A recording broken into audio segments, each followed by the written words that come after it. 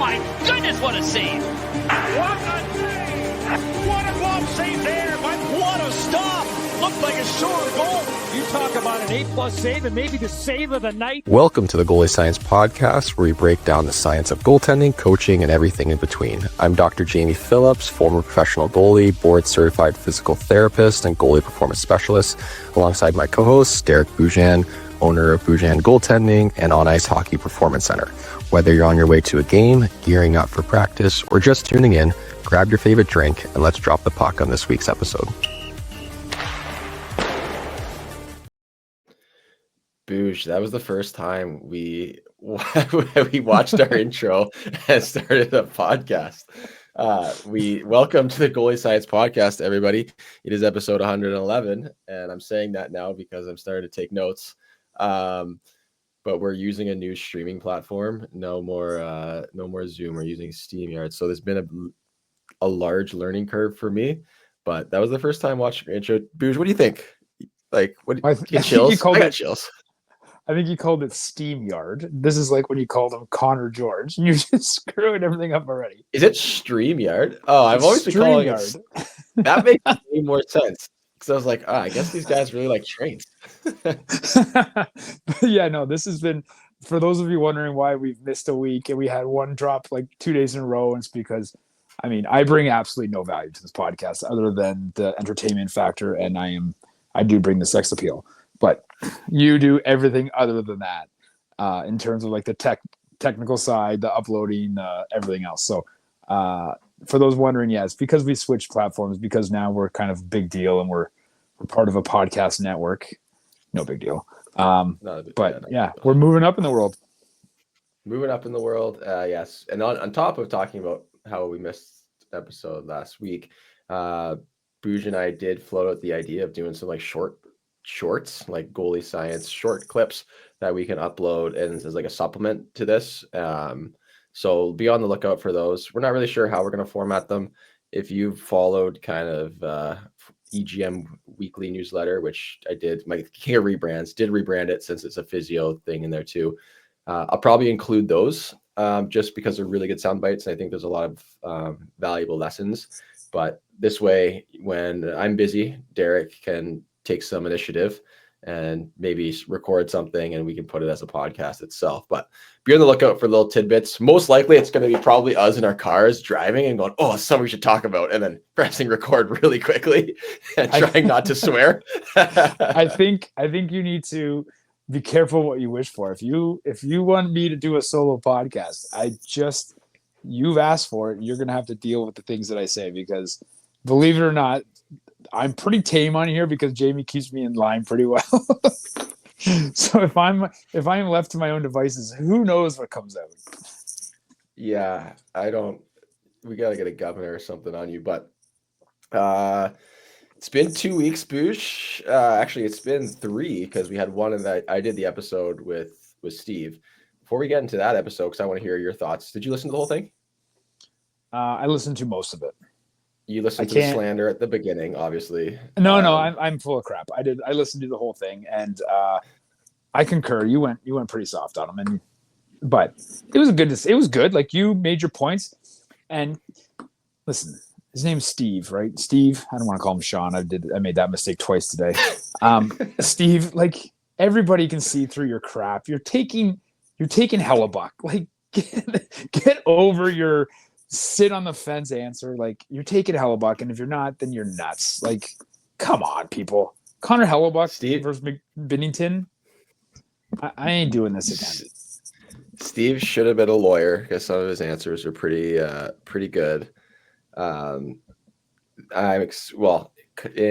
May, sometime I think it's in May, there's a big meeting with all the volunteer goalie consultants and all these things, and one of the things on the docket is talking about how you're going to evaluate things.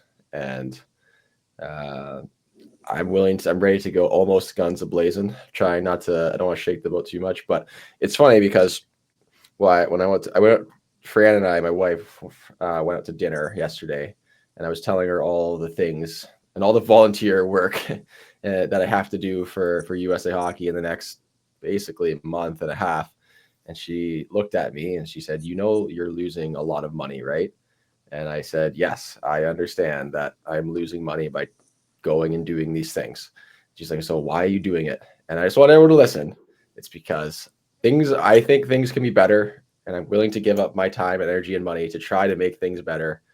And even though I explained it to a parent the other day, it's like pushing a boulder up a hill with other people watching you, telling you how to push the boulder up the hill, but secretly they don't want you to move the boulder at all. And then the boulder is filled with spikes. That's kind of where we're at, trying to move the needle. But I did decide that the my legacy that I want to leave in goaltending is getting a peg mandate. That's just a hard stop. That's the hill you're choosing to die on, eh? That's the hill. The hill that I'm choosing to die on and put all my career and my stakes on is getting a peg mandate so that we can just have half decent pegs in the game. That's all I'm asking for. And I feel sounds like it should be there's so easy. much more that you can accomplish than just worrying about the pegs. Yeah, but no, because the major complaint coming out of Michigan Tier 1 state championships that 2 weeks ago was how much the net was coming off. The first thing, the net was off all the time, every game. Yeah, it's definitely an issue. Actually it's not fun to watch the game because it's always a whistle. And it's like the same as Michigan's right now. I don't know if you knew this. Michigan has no touch-up offsides. So as soon as the player's off, so it's an immediate whistle, and it's stupid. And they're going away. Tag up offside, not touch. No tag up offside. So if a player's in the zone and the puck goes back in the zone, immediate whistle, dead. Yeah. And it's painful to watch, like horrible. But they're switching away from that because I think of all the complaints. But you can combine that with the second any goalie puts more than 3 pounds of weight into a post, the net comes off and the whistle blows. When I was watching these games, it just wasn't enjoyable hockey. Like it sucks to watch. So basically, that's the avenue that we're going to take in terms of this research study that we're supposed to do in order to have evidence to show that putting pegs that aren't like round on the bottom are going to be more beneficial for gameplay. It's just we have to, because no one cares about goalies, obviously. Only we do, and those listening do. But if we argue it as it's going to improve gameplay, then chances are we can maybe get something through. But yeah, that's my hill. I'm done. You know what you just argue. It's going to create more scoring because it will. Oh yeah, that's part of the argument. Maybe part of the argument. We don't know, but like anytime a goalie gets in trouble and we teach it, they just push the net off. Like it's no secret. Everybody knows that. So if you have nets that don't come off, the prolonged scoring chances are going to continue, and there's going to be more scoring. Yeah, and anytime there's a battle in the net front, there's an immediate whistle, and it's frustrating. But anyways, I digress. You know it's pretty good because our today's topic was how to talk to coaches, and I'm not gonna put any identifiers on this, but someone from a very important organization. I was on the phone with him yesterday, and I asked about. I said very important. I asked how a goalie was doing. And he's like, well, he's playing well. But when I went to talk to him, he said, honestly, he just gave me the worst answer to my question. And I'm just concerned.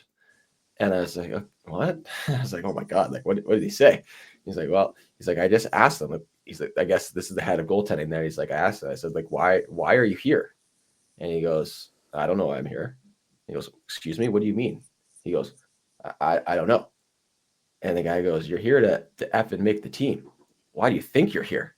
And he's like, the fact that wasn't the first answer he said, like, I don't know what's going through this guy's head. Is he serious? Does he want it? And I saw that, and I was at the gym, and I immediately called one of the owners at Fox, and I was like, we're okay. Starting right now, all of our kids are going to do media training because I don't care from the time they get to like 15 and they start to get to the area where they're going to start talking to junior teams.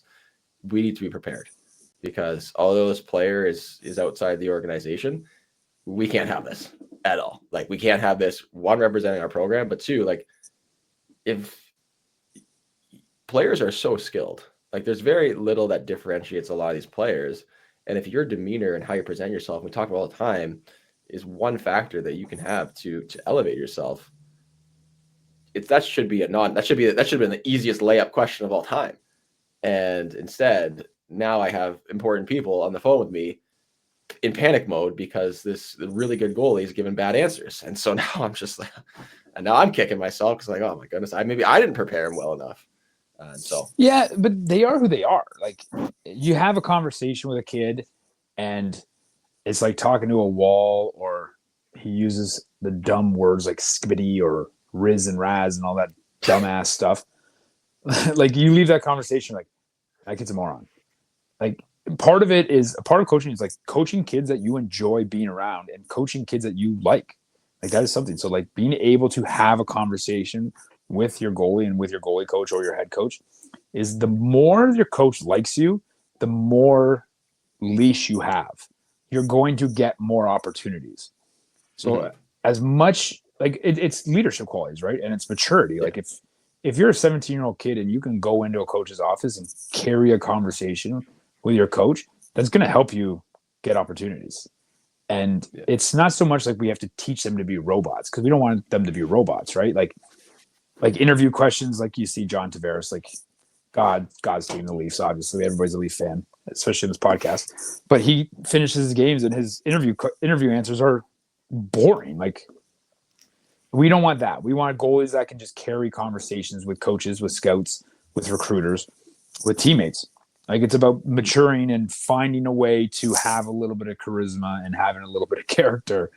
And like you get the goalies that make it like, oh, goalies are weird, right? You know those guys like smashing pucks off their head and doing looks like ballet before games. Like those guys get that reputation. Playing yo-yo. But it's we want to try to make good people. That's our job too, is make good people. And when we say good people, we just mean people who can carry conversations, be employable people. And part of that too, but also as being part of employee people, you have to know, kind of got to read the room, right? Like if you're at an evaluation thing and someone asks why you're here, you gotta be like, I want to play for this team, right? Like, and I think I learned this early on because you're about to say you learned this from me. Oh yeah. I know where you're going. You already know exactly what story this is. I know exactly where you're going with this because I taught the whole reason I didn't play in the OHL was because I was drafted to Sarnia. But the reason I was drafted to Sarnia and nowhere else was because you told me to say, hey, next team that calls you, tell them you want to win a Memorial Cup with them. So I was like, all right, cool. Sarnia called and I said, hey, I want to win a Memorial Cup with Sarnia. And when they drafted me, that was the thing they said. They're like, the fact that you said that, we want it. And now you listeners, just take that line. Because I've told that to all my goalies and you said that to all your goalies. And absolutely. So, but it's serious. Like you said, like being able to carry a conversation is part of it. Being able to communicate. Not when you're going through these valuation processes and like tryouts and stuff, like coaches want to know, like you said, they're not super weird because you have to be a team player too, right? Like if you're someone who, even if you are a very introverted person, like hockey is a team sport. So are you able to put some of that introvert, tendencies aside to be able to get along with your teammates? That's very important. If you're someone who's super extroverted, like, is it okay? Like, you got to learn to, hey, sometimes you got to dial it back because maybe you're not the captain and that's okay. So you have to read the room and understand those traits and those qualities. And that's an important part of it. And, and you don't, and the thing is too, is when I was kicking myself too. And I was like, you don't know because of that answer. I was like, well, he doesn't know what he doesn't know. And and if no one has ever told him like, hey, when you go to these things, be confident. Like these are kind of similar answers people are going to want to hear. Just, be yourself, be presentable. But when a coach asks you a XYZ question, these are kind of the answers they're looking for, and then play with it, as you would, and be yourself from there. All right. Can we give cheat codes? Let's do cheat codes. Let's just tell the people what they need to know. Okay. Number one, coaches get paid to win. They're very simple creatures. So blow smoke up their butts.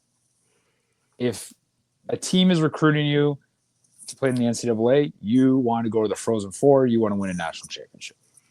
With that team. With that, yeah. If you're talking to Boston College, you're going to be like, yeah, I really want to win with I really, really want to win the NCAA championship with Harvard. Yeah, I have always dreamt of going to Yale, so sorry, no. But do your homework. Like, I think a big thing here is like, do your homework on the coach. If you know you're going to do a skate with, let's say, you're in your draft year, the OHL draft year, you're going to do a skate with the London Knights. There's this very valuable tool called Google. You can Google as much about the London Knights as you possibly can. They'll have their head coach, their GM, the scout, the goalie coach, the history of the team will all be right there at your disposal. Do your research. You go on the ice with the goalie coach and have an idea of who he is, where he played, who he's coached, where he coaches. Have a pretty good idea going in. And then you can probably have a conversation with that person. But it is on you to do some homework. If you go in and be like, and the goalie coach introduces and you have absolutely no idea who he is, like, to me, that would come off as very arrogant. And that would be like a strike one. So do your homework. It's very, very easy to do that. And then, yeah, you want to win. Like, you want to win. Think about this. If they're talking to 30 goalies, how many of those goalies answer the question, what do you want to do with hockey? How many of those goalies are going to say, I want to play professional hockey? 29 of them. 29 of them. And Be the guy that one of them answers says, different. I don't know. Well, he's one of your goalies. He hasn't listened to this podcast yet. But you want to be that one guy that has a better answer than I want to play professional hockey, because they know that. Everybody wants to play. But if you say, I want a Memorial Cup in London, I want to win it on home ice in front of a full stadium, and I want to give Dale Hunter his third Memorial Cup. That's what I want. And I want to do it right here this year, and I want to use that as a stepping stone to play pro hockey. That's a much better answer than I want to play in the NHL. Well, no crap, duh. Everybody wants to play in the NHL. Have better answers. Yeah. The reason, and to summarize, why, and so someone would be saying, well, why wouldn't you say you want to play in the NHL? Well, the London Knights don't really care. The London Knights care about the London Knights. The Chilliwack Chiefs care about the Chilliwack Chiefs. Like, those coaches, those GMs, they care about the here and now. Everything else is just extra. You go on, you're not your property. They put you on their list of notable alumni. Hey, sweet, thanks for all you do. So but you're trying to get into that spot. So just think about that. The here and now, what team are you going with? That's a good answer. One popped into this one, because I think we've talked about it briefly. You know, when you're going to some of these skates, these evaluations, or you're talking to a GM or goalie coach, like almost always, they have scouted you, and they have a pros and cons. They have your strengths and weaknesses, and almost all of them ask, what do you think you need to work on? Or what are your strengths and what are your weaknesses? Please just be honest with them, because they know. Have a better answer too, though. But I'll let you keep going. I don't want to interrupt you because I was just gonna say, whatever. Anyways, they know things, and my thing is just don't give simple answers to kind of skirt away around the question, but you can work into it in a more intelligent way. And saying, someone says, what do you think you need to work on? Just be like, look, everything of my game needs to elevate because I am stepping up a level. I know my strengths are whatever they are.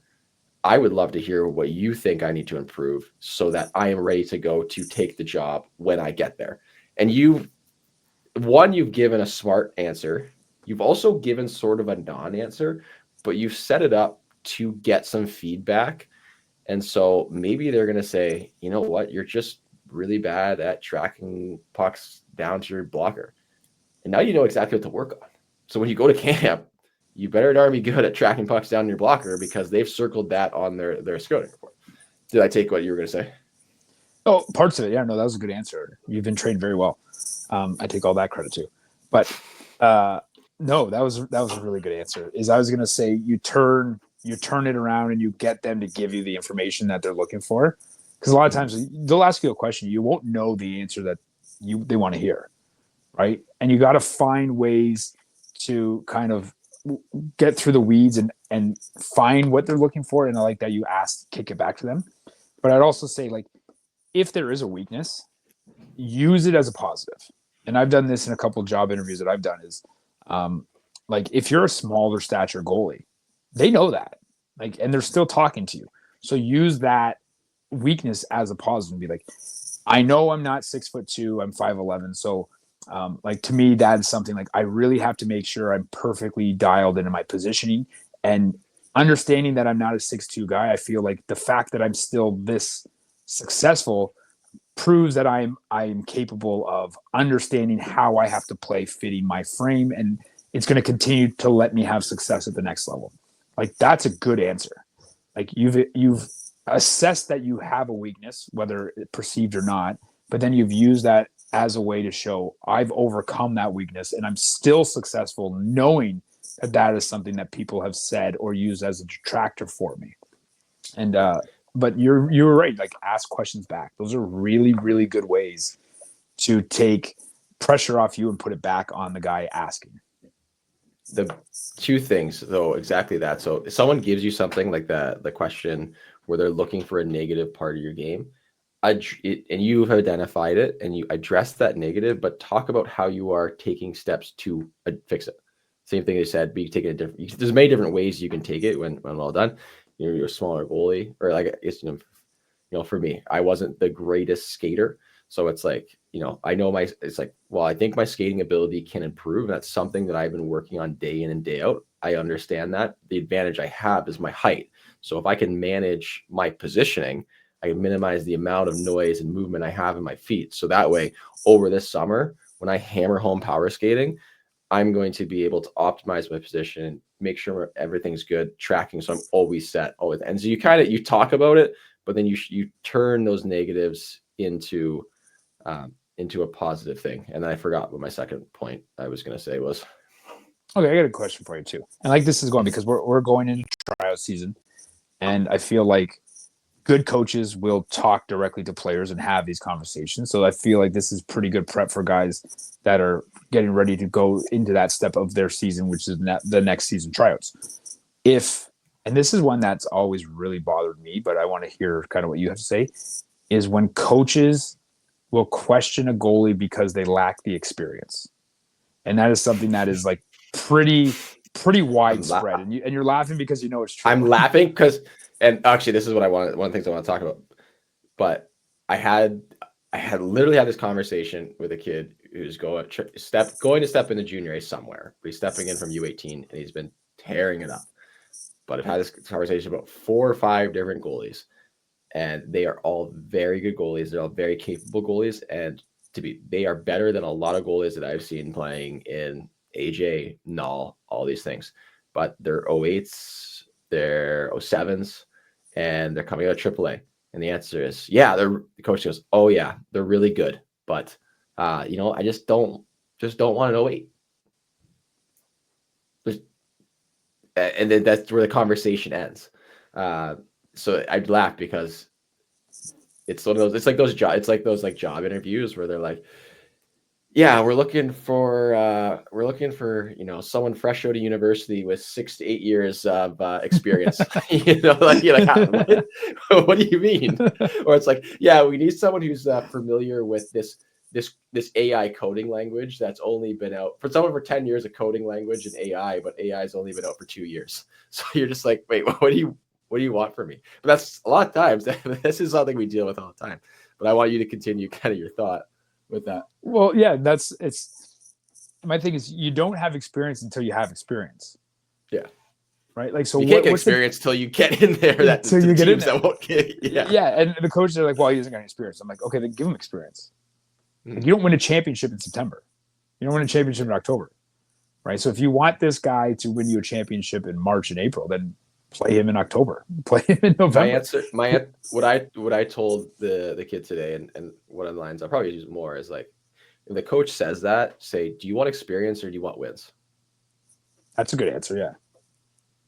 And then the coach goes, and then he has to think about it, because if the kid's good, like, I don't care if a kid is an 08. If he's better than all your goalies, okay, just have a 05 with him. And then the best one plays. You have one with an old guy, and then you have a young guy. I Sure. have a story because I always have stories, but I have a story. We I was always have coaching. stories. I'm not going to say levels and because then people will know who I'm talking about. You've coached like 3 levels. Everyone's gonna know what. well, then they can do the research like I told them to do and figure it out. But I was coaching a strong junior hockey team in Ontario, and it was expected to win. Like the expectation was provincial championship.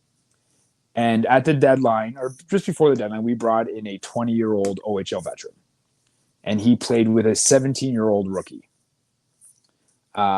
Now, biasly, the 17-year-old rookie was one of my goalies, and he was very good, and he is still playing to this day college hockey. And for over 50 games, the 17-year-old goalie was better. Like, just better. He was better all year. We go into the playoffs. We play game 1. The 20-year-old plays pretty good. We win. They start game 2 to our 17-year-old rookie. He gets a shutout. We win 1-0. And he does not play another playoff game for the rest of the year. And I kept arguing, I'm like, why are we not putting this kid in? He won goalie of the year that year, was by far a better goalie. And the answer was, he's 17, he doesn't have any experience. I was like, no, he's not 20. They both have the same number of career junior playoff games because this guy was a backup for 3 years, never started a playoff game before this year, was bouncing around, had less starts in the last 2 years than the 17-year-old rookie, but we played him because he was 20 years old. We lost game 7 of the conference finals on a wrist shot from the point with no traffic in a game we were winning 5-0 after 2. We lost 6-5. We would have won the championship with the 17-year-old rookie in that. I am 100% confident in saying that. And we didn't because the coach believes because he was 20, he had more experience. And I don't have a ring. I know which coach this is. Of course you do. But I'm convinced I do not have a ring because of that mentality. And your answer of do you want experience or do you want wins is a wonderful answer. It's actually better than all of my answers. And I'm very frustrated that you came up with that. You know what? You come up with 10, I come up with 1. All right. Well, that one was a good one. I'm writing it down and I will be better next week. But it was a very good one. It's a couple weeks off. I get it. I mean, experience is one thing, but look at what experience means sometimes. Like I said, they both had the same number of playoff games. One kid was 17 and one game was 20. That doesn't mean he's better or more experienced. It just means he's older. Just means he's older. In this conversation about talking to coaches and things, I had a conversation with a parent today. Actually, today it's been tryout season is a lot of conversations with parent time. And as you know, because you've been doing this longer than me, basically we live in one big Groundhog Day where we just have the same conversation every single year with the same parents. Some of them graduate on and some of them we bring it all back. And then there's a new crop and we have the same conversation again and again. But I think what was really funny was we were having this conversation today and the classic things, making sure that attitude is good, challenging them, having, athletic separation, making sure this young athlete knows that when I'm pushing them, I'm not pushing them because I'm mad at them, but it's because I want them to be a good goalie and all these things. And then where are their weaknesses? Well, like confidence or overanalyzing all these things. And then not to brag or anything, but got a call from an NHL team about a goalie, literally had the exact same conversation with an NHL team about a kid who's probably going to get drafted at the NHL that I have with 13-year-olds. It's the same conversation every single time, and it's every single year. It's the same thing. What's this player's strengths and weaknesses? Like, where are they mentally? Well, they're a really good goalie, but sometimes they overanalyze and they get analysis or paralysis by analysis. And that was a hard one to get out. And then, sometimes they lack confidence and for these reasons. And it's the same thing. So I just want everyone to know that, no matter how high a level you get, it's all the same things. And all the things that we are teaching you when you're 10, 11, 12, they're all the same. They're just at a little bit higher of a level every single time. There's something I just wanted to add to the podcast because actually comical because that parent sat in on the conversation at the end and goes, "Pretty sure we were just talking about all that." And I goes, "Yeah, I know." Yeah, no, we get pretty good at this after a while because we've done it so many times and we've made mistakes and Yeah, we refine and we learn and I feel like 80% of what we do is giving advice, and I think that's the fun part. But yeah, I wanted to talk about is there anything 90% of it is people not listening to it and then coming back and going, we should have listened. And I go, I know you should have. 100%. Yeah, you were right. I don't say things unless I know I'm 100% right. Yeah, and we're wrong sometimes. It happens. We just don't talk about those times. Wait, what's that? One thing I want to talk about too. I don't know did we miss anything about being able to talk to coaches and scouts? I feel like we kind of hit on some of the big stuff. I think we kind of hit on it. And one thing I think would be cool, we talked about the putting some short content.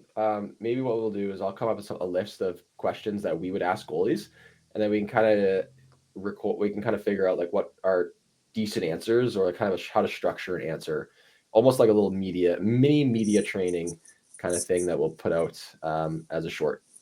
Actually, I just had a cool idea. What we could talk about after the pod, but I think I had a cool idea with that. But okay, let's move on to because of tryout seasons. How do parents contact coaches? I think that would be a good one. You just slide in the DMs and you say, "It's not Tinder, man." Number one, don't ask how big of a sponsorship it will take, because I had that this week. That was cool. How big of a sponsorship it will take for my kid to make this team? Well, it's that's an easy answer. I just look at whatever house. It's $100,000. Yeah. Easy. Yeah. I need a jet ski, which I never got, and maybe a cottage. Yeah. This is tricky because this one is really coach dependent. We're going through our tryouts right now for our non-national bound teams, and some of the feedback I got from parents was we didn't get any feedback. And so I came in and one thing I asked was do we have a policy? Because I understand, I do understand, I don't understand. Because for us growing up, we had tryouts. You stood out in line for 3 hours to get your 5 minutes with the coach, and they told you whether you're cut or not. But it's face-to-face interaction. That's what I'm used to. That's what it sucks in the moment or it's good in the moment, but I'm a big believer in that. And then I know things have kind of gotten away to just an email, and now it's just an email to only certain kids that make it, and all these different things. So I'm a big believer in this communication. But when I asked, I was like, well, I asked the owners and I said, what is our policy? Because I'm assuming we have one to protect the coaches from getting jumped. And it's, and they just said, well, if they have questions or anything, they can email us. So easiest thing you can do is email. Most of the emails are accessible on team websites. Sometimes phone numbers aren't, but ideally you want to get the coach on the phone.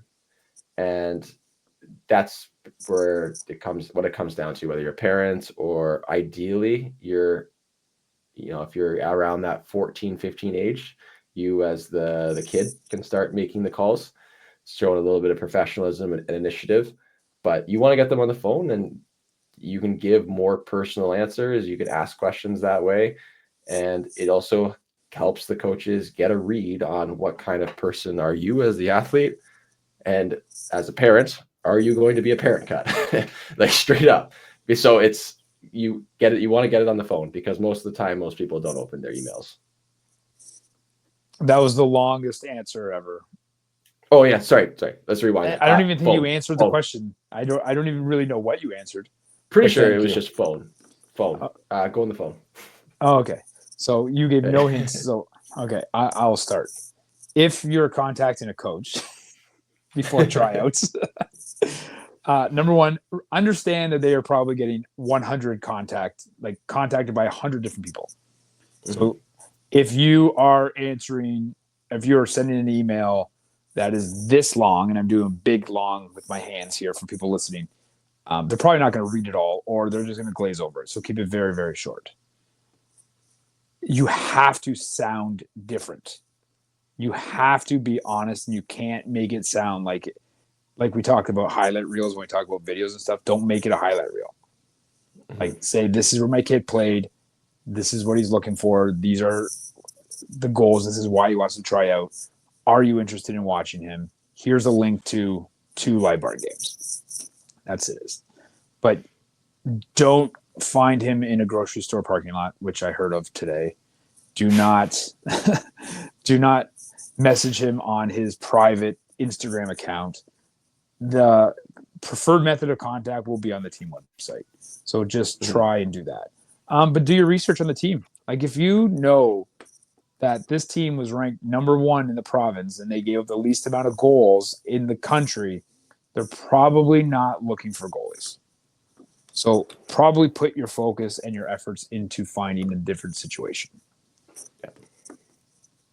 That's all I had. Don't want much to add other than I really like you're not trying to turn it into a brag about how good you are email, because we get those. And as soon as I see that, I usually assume that you're very not good. And parents understand this. If you just get a response back of thank you for the email, hopefully he comes to tryouts, they're not interested. Like, I don't want to be the breaker of bad news here, but if you get that response, they're not interested. If you get a phone call back, probably a little bit interested. Always add your goalie coach contact information, or have your goalie coach reach out to the coach too. That helps. They'll probably be a little more honest with your goalie coach than they will be with the parent. At least that's what I found in my experience. But try to read and decipher. Like, if you get a short response back, like, thank you for reaching out. Feel free to come to tryouts. Here's the dates. Sign up online. They're probably not that interested. You're going to get a call back. And remember, if you're a single A goalie who's an average single A goalie, you don't need to spend $600 to go try out for AAA. Like, you're just donating your money, because if you're a single A goalie, you're a single A goalie. How much is it to try out the AAA? Well, this year being open borders so the rule is you can try out for as many teams as you want. You just have to pay the registration fee for the tryouts. And I'm hearing $200 a pop. So that's AAA. So like, let's say you're a single A goalie and you're a good single A goalie and you want to try and play AAA and you go to 2 teams, that's $400. And then you get cut from those teams and you want to try, you are sure you are a double A goalie and you try out for 2 or 3 double A teams. You're a Gino in, you're $1,000 into tryouts and you still haven't tried out for your single A team. So it is important that, you can do your homework and do your research and look into some teams that maybe will be looking for goalies, but it's also very hard to figure out who actually is looking for goalies with open borders, because let's call a spade a spade. Kids are committing well before tryouts. Like, they are committing before tryouts, whether the OHF thinks they are or not. It's happening everywhere, all across the country and all across the province. But do your homework, and if you get a short response back or no response back, I would read into that as not interested. Save your money, put it into development. Don't try out for 15 different teams at the same time, running from city to city to city because you're chasing the letter. Like, do your homework, guys. Like, honest to God, I just know people are going to listen to this and tell me I'm wrong, and they're going to do it anyway. And then I get to say I told you so. But we see it every year. $200 to get cut after 2 days is pretty tough.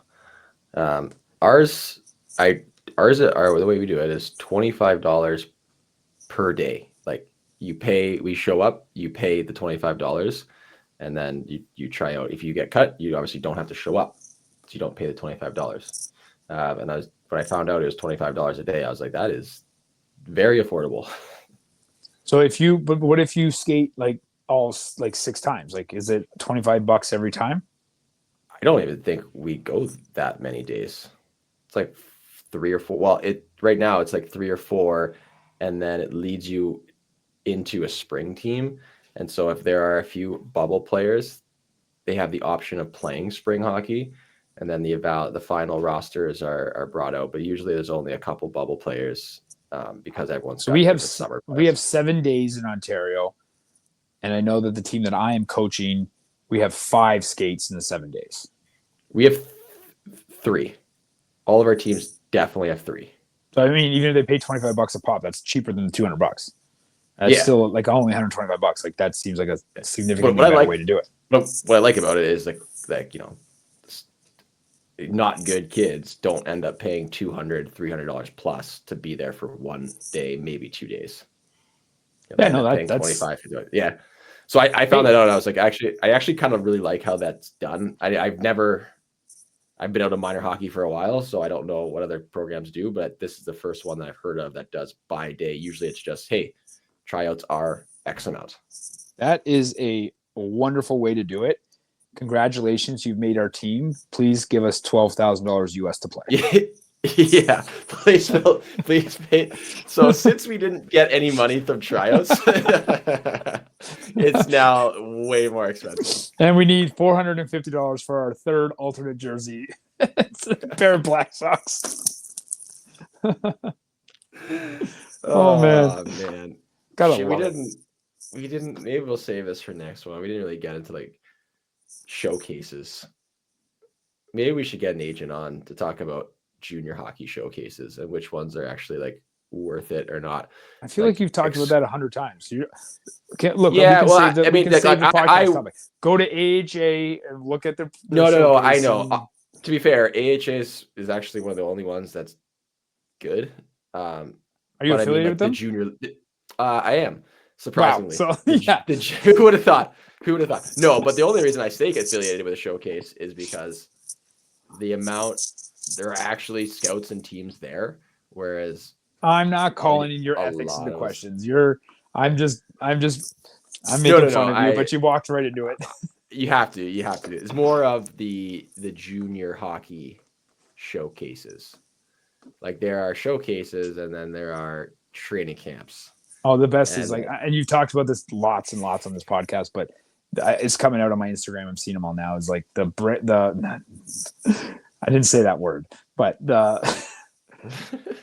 see if you can cut that part out because I started to say a team name, but I didn't even mean it.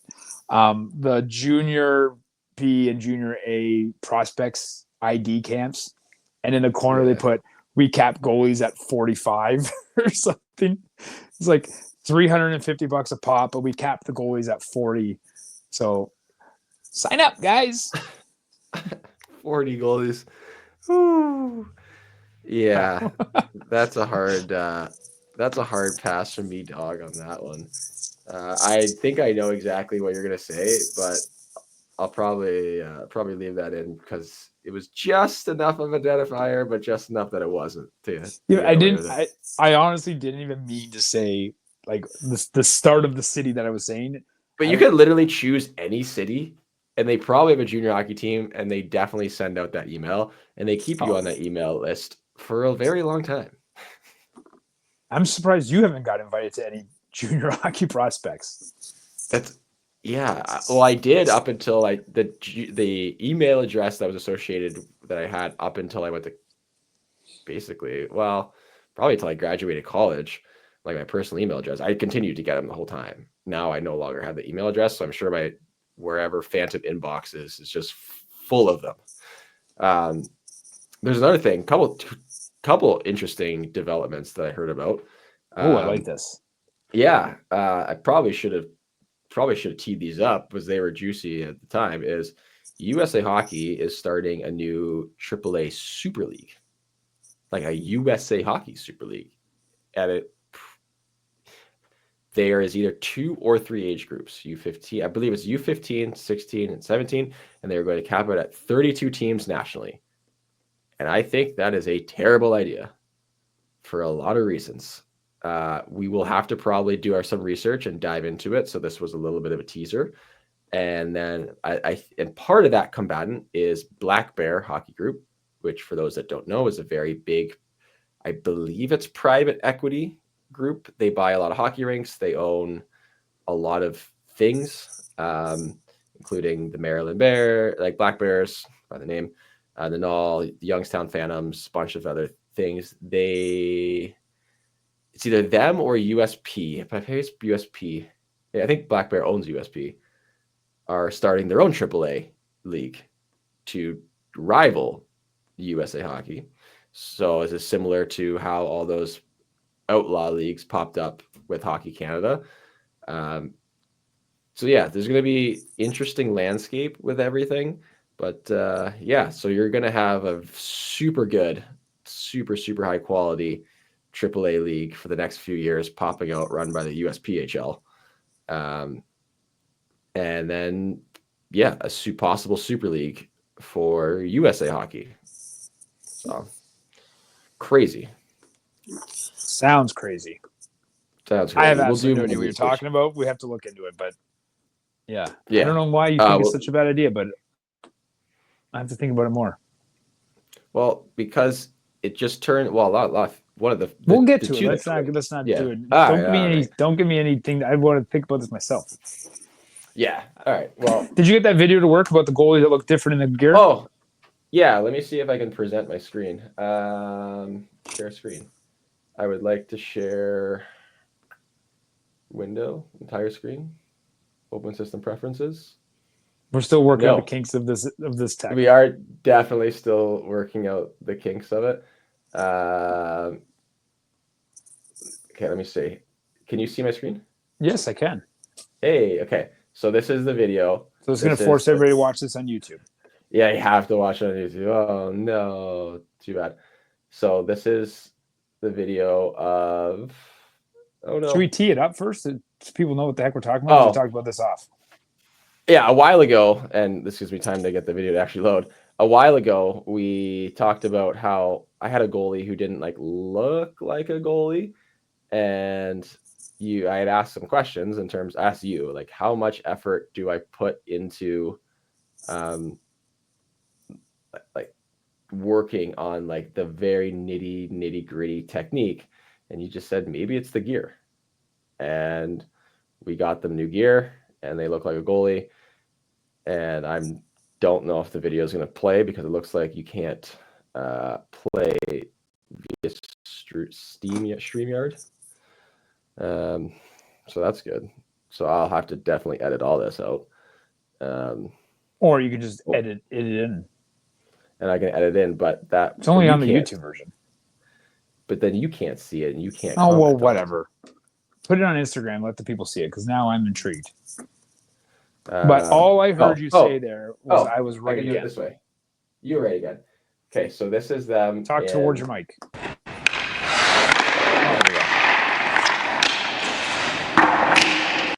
So this is a quick 6-second clip. It doesn't look bad. You can see that, and to be fair, and to be honest, we did adjust a lot of things. So then we compare that to clip where she did get some brand new Bowers. Go! Find it!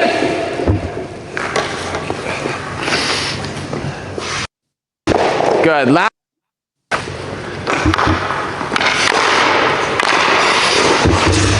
Good. Last one.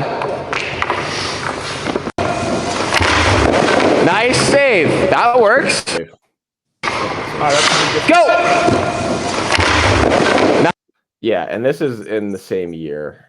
So you know what I love the most about that video is that thud off that Bauer blocker. That dense. Why anyone wears okay, sure, you love True, sweet. I don't, whatever. No one makes a better blocker than Bauer. Nobody. They just don't. It is by far the best blocker on the market. You're insane if you're not wearing a Bauer blocker. And I'm not Jamie, who's sponsored by Bauer. I'm sponsored by nobody. And everybody that I train should wear a Bauer blocker. My kid has Vaughn pads. And he was sponsored by Cooper's. You were sponsored by Cooper. You can see in the background. Yeah, those are sick.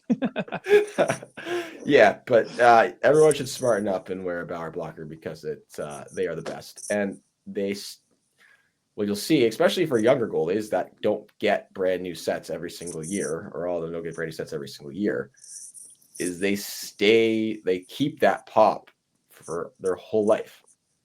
Whereas I have goalies that their blockers will just turn into very soft marshmallows, and then the puck just lays out in front, and they give up 3 or 4 goals a year because the puck didn't go in the corner. And I just say, well, if you had a Bauer blocker, we wouldn't have this problem. Yes, this should remind this kind of sparked a parting shot that I have. Okay. We're at that part now because We I'm are getting at that tired. part. It is. Uh, I'm also getting tired. But this is longtime listener, friend of the show. I'm gonna not say who it is because I want to see if he listens to it and sends me a text scolding me for this. This will be fun. But if your child is playing AAA hockey and they are an elite goalie, do not go on Facebook Marketplace and buy them used goalie equipment. Get off your wallet and buy your elite AAA goalie some new equipment. Because if you come into my place with used gear off of Facebook, I'm going to make fun of you. If your kid is a top 5 goalie in his age group at the AAA level, get off of your wallet and buy your kid some new gear. That is my rant. You are gonna get scalded for that one. I that am. One's gonna be. You are gonna get scalded for that one. Should I do? Do you disagree with me? I don't disagree with you. Because you just said the quiet part out loud. And okay, hang on a second though. But I missed the part that you're going to agree with me 100%. He sends me pictures of stuff he's looking at on Facebook, and it's like Access 2.5s, like, and like the second level tier, like true stuff. I'm like, buy your kid some equipment. Like, he's playing AAA hockey. He can't be wearing an Access 2.5 glove with AAA guys shooting on him. I agree. I've said the same thing. I just don't say it on the internet because when it comes to the cost of hockey, people get very hot and bothered over it. Well, then start an OnlyFans page for your feet or something. I don't know. Like, feet pics, they're hot ticket item right now. Oh, you'd know it. Yeah, my parting shot. Feet. Nobody's buying feet pictures of me.